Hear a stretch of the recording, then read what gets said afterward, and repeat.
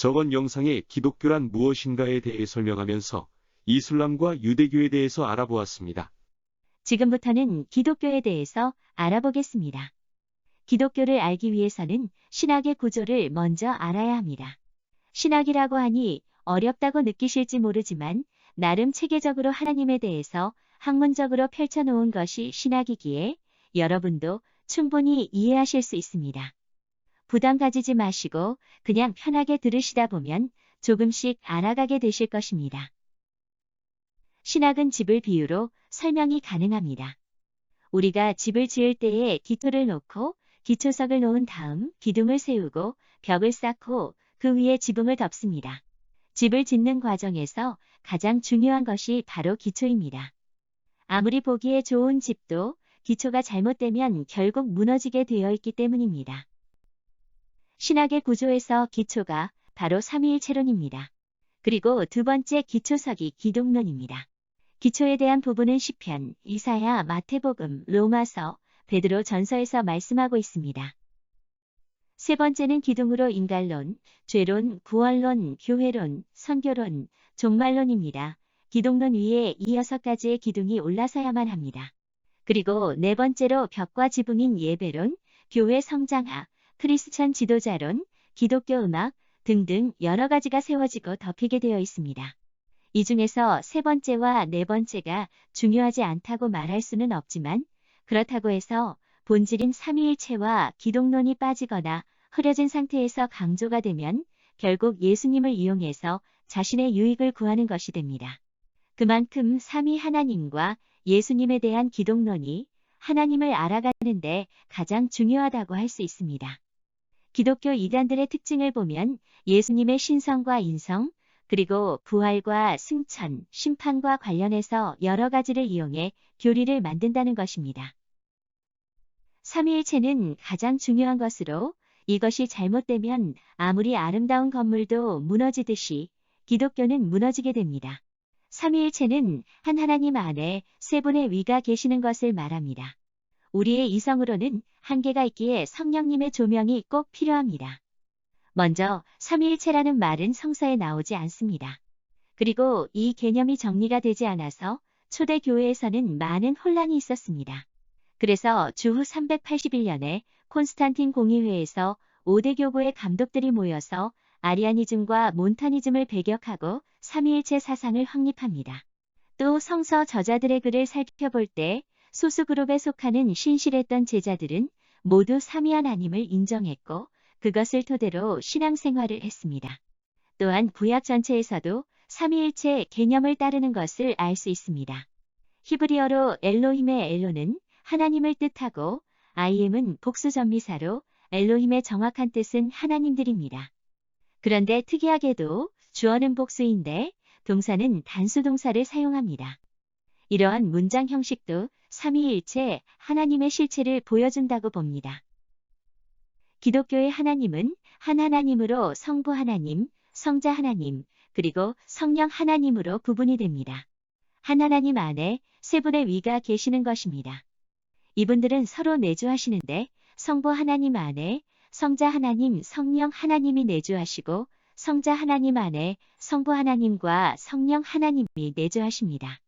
또 성령 하나님 안에 성부 하나님과 성자 하나님이 내주하십니다. 이분들은 겸손하셔서 서로 존중하시고 서로 높이시며 사랑의 관계를 가지고 서로 교제하며 서로 섬기십니다. 또 삼위 하나님은 한 하나님으로 상호 통일성을 지니면서 기능적으로 다양성을 가지고 계신 분이십니다. 성부 하나님은 계획하는 분, 성자 하나님은 수행하시는 분, 성령 하나님은 능력을 부여하시는 분이십니다. 세 분은 본질에 있어 똑같고 능력과 권위와 지위 성품, 속성이 동일하신 분이시며 동등한 결정권을 가지시며 이런 결정체로 운행하십니다. 이렇게 우리의 이성으로 이해가 안 되는 신비한 하나님이 기독교의 하나님이십니다. 삼위 하나님은 동일 동격 동질이시지만 기능적인 면에서 차이가 납니다. 성부 하나님은 계획하시는 분으로 추론적으로 예를 든다면 아담이 타락했을 때에 삼위 하나님이 회의를 하시면서 창세기 3장 15절 말씀을 계획하십니다. 그때 성자 하나님이 땅으로 내려가셔서 십자가에서 피 흘리고 죽으실 것을 계획하셨습니다. 그 회의에서 성부 하나님이 의장력을 맡으시고 공식적인 결정 사항을 선포하셨으며 인간과의 관계에서 직접 수행하시기로 하신 분이 성자 하나님이신 예수님이십니다. 그리고 성령 하나님은 성자 하나님이 이 일을 수행할 수 있도록 능력을 부여해 주셨습니다. 그렇다고 해서 성부 하나님이 두 분의 위보다 높으신 것은 아닙니다. 삼위 하나님의 관계에 있어서 특히 성부와 성자 하나님에 대해 유대인들은 이해할 수가 없었습니다. 마태복음 16장 63절에서 66절을 보면 대제사장이 하나님의 아들인지 대답하라고 할 때에 예수님이 내가 말하였느니라 하시는데 그때 대제사장의 반응이 자기 옷을 찢으며 예수님이 신성 모독을 했다는 반응을 보입니다. 신성 모독은 레위기 24장 16절에 돌로 쳐 반드시 죽이라고 되어 있으며 실제로 예수님을 마태복음 27장 35절에서 50절에 돌로 치는 것은 아니지만 로마 군인을 통해 십자가에 못 박아 죽게 합니다. 이것은 신명기 21장 22에서 23절의 말씀이 성취가 되는데 사도 바울이 갈라디아서 3장 13절에 예수님에 대한 사건을 증언을 하고 있습니다. 예수님의 십자가 사건은 창세기 3장 15절을 이루시기 위한 하나님의 대구원 계획의 성취이며 마가복음 13장 31절에 천지는 없어지나 내 말은 영원히 없어지지 않으리라는 말씀대로 4000년 전에 하신 말씀이 성취된 것을 우리가 알 수 있습니다.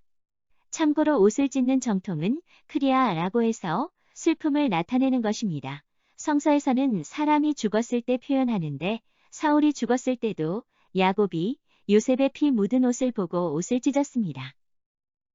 성부 하나님과 성자 예수님의 역동적 관계성에 있어서는 먼저 요한복음 1장 18절에 피조물은 성부 하나님을 볼 수 없다고 하셨고 오직 예수님만이 성부 하나님을 볼 수 있다고 말씀하셨습니다.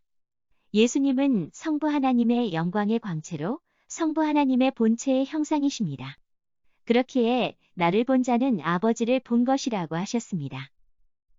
성부 하나님과 성자 예수님은 본질에 있어 계급 지을 양이 하나이십니다. 하나는 영어로 원, 헬라어로 hen입니다. 요한복음 10장 30절에 말씀하실 때에 아버지와 나는 하나라고 하셨습니다. 그때 쓰여진 헬라어 단어가 hen인데 대문자 h가 쓰였습니다. 헬라어 hen은 중성명사로 삼위가 본질, 본성, 양, 질, 계급, 파워, 성품, 권위에 있어 동일함을 말합니다. 갈라디아서 3장 28절의 하나는 헬라어로 하이스, 남성 명사로 예수님 안에서 하나이지만 본질, 본성, 양, 계급, 파워, 성품, 권위가 서로 다름을 말합니다. 즉 성서에 하신 말씀을 보면 무릇 아버지께 있는 것은 다 내 것이라 나를 미워하는 자는 또 내 아버지를 미워하느니라. 너희의 듣는 말은 내 말이 아니요 나를 보내신 아버지의 말씀이니라. 아버지께서 내 안에 내가 아버지 안에 있느니라. 이 말씀을 보면 바로 알 수 있듯이 성부 하나님과 성자 예수님은 한 분이십니다. 예수님은 하나님의 아들로 오셨음을 성서에서 말해주시고 있습니다. 마태복음의 아들은 영어로 son, 헬라어로 히우이스로 쓰여집니다. 헬라어로 히우이스는 대문자 h로 시작합니다. 즉 대문자로 쓰여졌다는 것은 동등하시며 동일하신 분을 의미하고 예수님의 완전한 신성의 표현입니다. 마태복음에서 예수님이 세례받으실 때에 성부께서 그는 나의 아들이라고 하셨고 변화산에서도 제자들에게 이는 내 사랑하는 아들이라고 하셨습니다. 그리고 주는 그리스도시요 살아계신 하나님의 아들이시니라고 한 베드로의 신앙 고백에서 우리는 예수님이 누구이신지 알 수 있습니다. 성서에 다른 의미로서 아들인 son, 헬라어로 히우이스가 있는데 이는 소문자로 되어 있습니다. 로마서 8장 6절에 하나님의 아들들, sons of God이 나오는데 이때의 아들들은 예수님에 의해 구속을 받은 크리스찬들이 하나님의 양자가 되었다는 것을 의미합니다. 인자이신 예수님은 완전한 하나님이시며 완전한 인간이신 예수님이십니다. 예수님은 완전한 하나님, perfect God으로 예수님은 근본 하나님의 본체이십니다. 골로새서에서는 신성의 모든 충만함이 육체로 거하신 분이라고 하셨고 요한복음에는 태초의 말씀으로 계시며 이 말씀이 곧 하나님이시며 이 말씀이 육신이 되어 이 땅에 오신 분이라고 하셨습니다. 또 예수님은 완전한 인간, perfect human이시며 요한복음에서 하늘에서 내려온 자, 즉 인자, the Son of Man으로 표현을 하셨습니다. 예수님은 인간으로 오시면서 완전한 하나님이심에도 신성을 완전히 비우시고 이 땅에 오셨습니다. 이러한 예수님의 인성과 신성에 관해 많은 이단들이 나왔습니다. 그러던 중에 주후 451년의 칼케톤 공의회에서 예수님의 완전한 신성과 완전한 인성을 확립하였고 이것을 부정하는 사람들을 이단으로 규정하였습니다. 성서에서는 예수님을 독생자, only begotten son라고 표현을 하셨습니다. 독생은 영어로 only begotten, 헬라어로 monogenes라합니다. 모노는 하나원을 말하고 지인수는 유전자, 진, 종, 스피시, 종류, kind를 의미하는 것으로 합성어로 monogenes라합니다. 독생자 only begotten son의 의미는 다른 말로 두 인격체이면서 동시에 한 분의 하나님인 존재는 성부 하나님과 성자 하나님밖에 없다는 말입니다. 이 두 분은 위만 다를 뿐 본질적으로 똑같은 하나님이십니다. 이러한 독특한 관계를 설명하기 위해서 only begotten son이라는 표현이 사용되었다고 봅니다. 우리가 삼위일체를 이해하기는 매우 어렵습니다. 그러나 이 관계는 기독교를 이해하는 핵심 개념 중의 하나입니다. 많은 학자들이나 신학자들이 성부 하나님과 성자 하나님의 이러한 독특한 관계를 이해하지 못했습니다. 그래서 성자 하나님을 성부 하나님보다 낮은 지위에 두기도 하고 그 관계를 왜곡하여 성부 하나님을 더 높게 설정을 하여 이단 사상을 만들기도 하였습니다. 우리는 이러한 관계에 대해서 분명히 알아야 하고 주님의 은혜가 꼭 필요합니다. 삼위 하나님의 상호 증거하심과 섬김에 관해서는 예수님께서 자기 영광을 위하여 자신을 증언하는 것은 참된 증언이 아니라고 요한복음 5장 31절에 말씀하셨습니다. 그리고 삼위 하나님은 온유하시고 겸손하심으로 스스로 자신을 높이지 않으시고 본인이 스스로 증거하는 것은 자기 영광을 구하는 것이라고 요한복음 7장 18절에 말씀을 하셨습니다. 따라서 삼위 하나님은 서로를 증거하시는데 이런 관계성을 통해 겸손하게 서로 섬기는 디아코니아의 모습을 우리 피조물에게 보여주셨습니다. 성부 하나님이 성자 예수님을 증거하시는 부분은 마태복음 3장 17절에 예수님이 요한에게 세례를 받으시고 물에서 올라오실 때에 증언을 하셨습니다. 그리고 마태복음 16장 16에서 17절은 주는 그리스도시요 살아있는 하나님의 아들이시니이다라는 베드로의 고백이 베드로가 깨달은 것이 아니라 성부 하나님께서 베드로의 입을 통해서 예수님의 정체성을 고백하게 하신 것입니다. 또 우리가 잘 알고 있는 변화산 사건에서도 베드로, 요한, 야고보가 들었던 음성, 이는 내 사랑하는 아들이요 내 기뻐하는 자니 너희는 저의 말을 들으라. 이 말씀도 성부 하나님께서 제자들에게 예수님의 정체성을 가르쳐 주신 것입니다. 그 이유는 제자들이 앞으로 지상 사명을 받고 예수님의 정체성을 만민에게 전해야 하기 때문입니다. 예수님도 이를 뒷받침하시듯 성부 하나님이 자신의 정체성을 제자들에게 증거하신다고 요한복음 5장 37절과 8장 18절에 증거를 하셨습니다. 성자 예수님이 성부 하나님을 증거하시는 부분은 마태복음에서 주기도문을 가르치시면서 아버지를 증거하셨습니다. 요한복음 1장 18절에서는 본래 하나님을 본 사람이 없으되 아버지 품속에 있는 독생하신 하나님이 나타내셨느니라. 말씀하시며 아버지를 나타내셨습니다. 요한복음 3장 16절은 너무도 잘 알고 있는 말씀이고 8장 19절은 바리새인들이 예수님께 아버지가 어디 있는지 질문에 대한 답변입니다. 14장 9절은 빌립이 예수님께 아버지를 보여달라고 하는 질문에 예수님이 답변하시고 요한복음 17장 8절은 예수님의 기도로 창세전에 함께 하셨음을 말씀하시고 아버지께서 예수님을 보내셨다고 증거를 하고 계십니다. 20장 21절은 아버지로부터 예수님께서 이 땅에 보내심을 받은 것처럼 제자들을 보내신다고 하시면서 아버지를 증거하십니다. 성자 예수님이 성령님을 증거하시는 부분은 성령 하나님을 일명 보혜사로 칭하는데 헬라어로 파라클레이토스입니다. 이는 예수님이 성부 하나님에게 보혜사를 보내달라고 구하면 성부 하나님으로부터 예수님을 통해서 보혜사가 내려오십니다. 예수님은 제자들과 성만찬을 하실 때에 성령 하나님의 정체성을 요한복음 14장 16절에 말씀하셨습니다. 성령님을 다르게 표현한 부분들이 구약과 신약에서 여러 군데 나옵니다.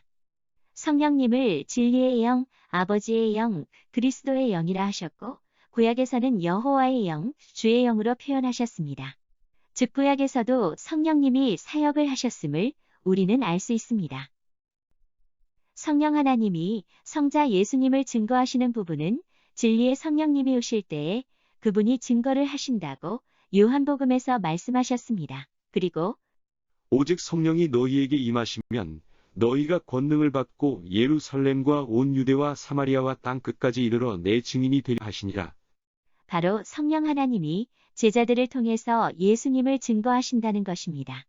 예수님은 부활하신 후 40일간 지상에 계시면서 승천하시기까지 지상 사명을 5번을 주셨습니다. 제자들이 해야 할 일을 5번 말씀해 주신 것입니다. 지상 사명은 바로 예수님을 증거하는 것으로 복음을 전하는 것입니다. 복음은 복된 소식으로 복된 소식이신 예수님이 온 세상에 전파되기 위해서 성령 하나님의 도우심이 있어야만 합니다. 이러한 모습에서 서로 한마음으로 교제하며 섬기며 증거하시는 삼위 하나님의 관계를 볼 수 있습니다. 성서를 보면 겸손하시고 서로 존중하시는 삼위 하나님의 관계 속에서 성부 하나님을 높이시는 예수님의 모습을 한 8가지로 볼 수 있습니다. 첫째, 만유를 직접 창조하신 분이 성자 하나님이십니다. 그럼에도 예수님은 자신을 높이지 않으시고 성부 하나님이 만유보다 크시다고 말씀을 하십니다.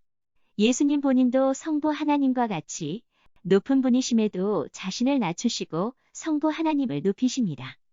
둘째, 이 성자 하나님은 우주 만물을 말씀과 손으로 직접 지으신 창조주이십니다. 요한복음, 골로새서, 히브리서에서 예수님이 직접 창조하셨음을 증언해주고 있습니다.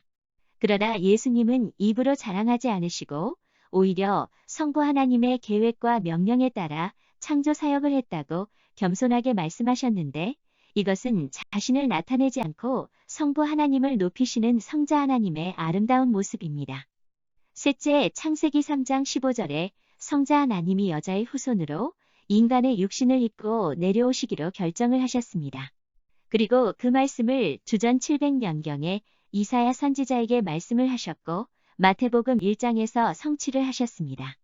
그렇게 오신 예수님은 자신을 높이시지 않으시고 아버지께서 보내셨다고 아버지를 높이시는데 여러 차례 말씀을 하셨습니다.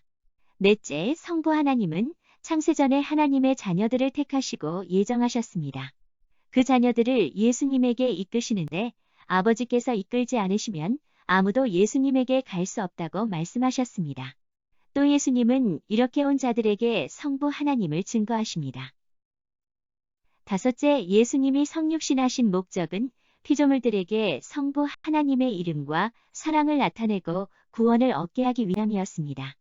예수님이 성부 하나님을 높이시는데 이 세상을 사랑하시는 분도 성부 하나님이시며 영생을 얻고 심판받지 않게 하시는 주체도 성부 하나님이시라고 제자들에게 가르치셨습니다. 또한 기도할 때에도 성부 하나님께 하라고 가르치셨고 자신이 크리스찬들을 위해서 아버지께 구해주겠다고 말씀을 하셨습니다.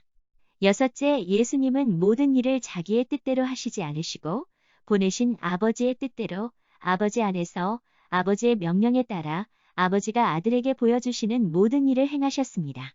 그래서 연합하시는 모습을 4가지로 보여주셨습니다. 1. 예수님은 성부 하나님의 뜻대로 행하신다. 2. 예수님은 성부 하나님 안에서 역사하신다. 3. 성부 하나님이 명령하신 것을 말씀하신다. 4. 성부 하나님은 하실 모든 일을 예수님께 보이신다. 이와 같이 성자 예수님은 모든 일을 성부 하나님과 연합하여 행하셨으며 서로 존경하고 섬기셨습니다. 7번째, 예수님은 하늘과 땅의 모든 권세를 가지신 분이시지만 이 권세를 성부 하나님에게서 받았다고 마태복음 28장 18절에 말씀을 하셨습니다. 그리고 예수님의 권세는 삼층천에서 음부에까지 이릅니다. 예수님이 십자가에서 죽으시고 3일 동안 친히 음부로 내려가셨어 택함 받기로 예정된 자들을 구원하신 사례를 베드로전서 3장에 말씀하셨습니다. 예수님은 삼층천부터 음부까지 그 안에 있는 모든 피조물들을 관리 보존하는 권한도 성부 하나님이 맡기셨다고 하시며 겸손하게 성부 하나님을 높이십니다.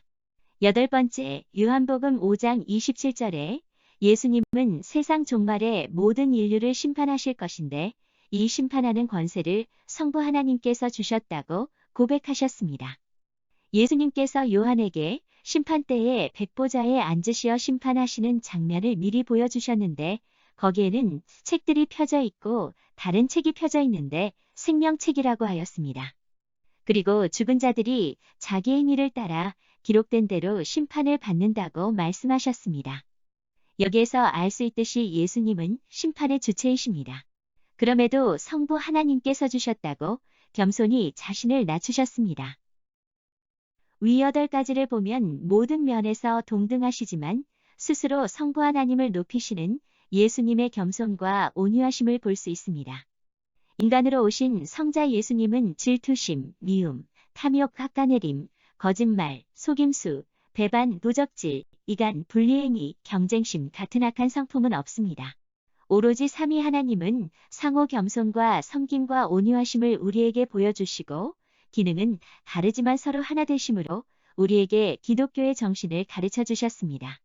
예수님을 닮는다는 것은 이와 같이 예수님의 성품과 삼위 하나님의 관계성을 배우고 실천하는 것입니다.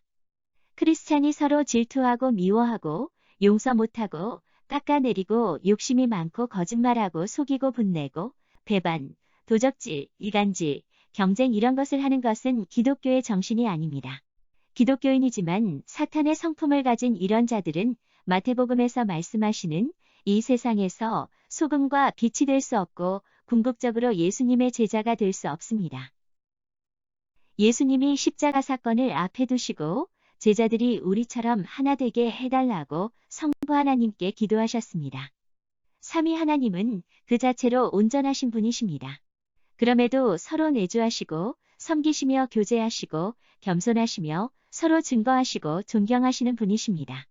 예수님은 삼위 하나님의 이러한 역동적 관계성을 닮아 다양성 속에서 서로 섬기며 교제하며 존중하며 사랑하며 겸손히 하나 될 것을 원하셨습니다. 이런 사람이 예수님을 닮은 사람이고 성령 충만한 크리스찬입니다. 예수님이 3년간 제자들에게 몸소 보여주셨는데 제자가 되려면 이러한 것이 몸에 배어 있어야 하고 이것이 우리를 향한 하나님의 뜻입니다. 아버지께서 내 안에 내가 아버지 안에 있는 것 같이 저희도 다 하나 되어 우리 안에 있게 하사 세상으로 아버지께서 나를 보내신 것을 믿게 하옵소서. 요한복음 17장 21절